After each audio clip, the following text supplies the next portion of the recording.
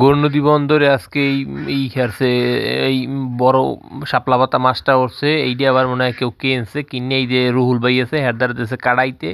হে দেখলাম যে কাটতে বই আবার এই কইতেছে যে ভালোই শক্ত।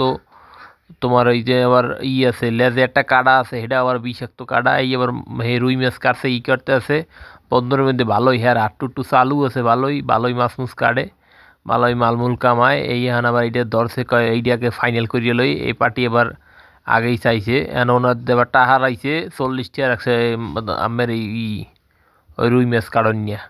এখন ওইটা লইতে আছে, ওইটা কাটবে। ওইটা কয় টাকা কোন টাকা তোর মুই জানি না, কিন্তু লোকাইয়ে খারাই দিয়েছে, কয় এইটা একটু আগে চাইছে ওই দিতে হইবে। হ্যাঁ কইলো যে হাপলা মাছ যারা খায় হেরা স্বাদ বোঝে, যারা খায় না হেরা আগের মধ্যে একটা অভুক্তি ভাব বা ঘিন ঘিন একটা ভাব আছে। ভিতরের মাল মানে কাল গোস্তের না লাগে বলে এই যে কাটতে আছে। মধ্যে একটা কাটা আছে, তো এই কারণে হান দেয় না। এরপর মুগুর দিয়ে দিয়েছে জম্মের দেওয়া, মুগুর দিয়ে বাড়ি না দিলে হানবে না ভালো মতন। এই যে এই মুগুর দিয়ে বাড়ি দিয়ে দিয়ে ঠেললে ঠেললে নিতে আছে, মনে চলেই না। আর বডিতে প্রচুর ধার, কিন্তু ধার হইলে কামাবে কি। মধ্যে যে কাটাটা হইলো দন্য শক্ত, একাল আড্ডিন নিহান। এরপর এই যে ঠেলতে আছে, ঠেললে বাই করতে আছে।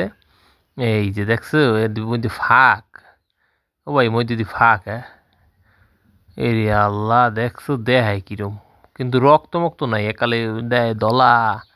তবে এ খাইলে বলে অনেক উপকার আছে, বিভিন্ন রোগ মোগের অনেকে খায়। অনেকে খাইলে আমি একবার শুনছিলাম একজনের বলে কী রোগ হয়েছিল এইবারে এই খাইলে, খাওয়ার পর বলে মোটামুটি সুবিধে ঠায়।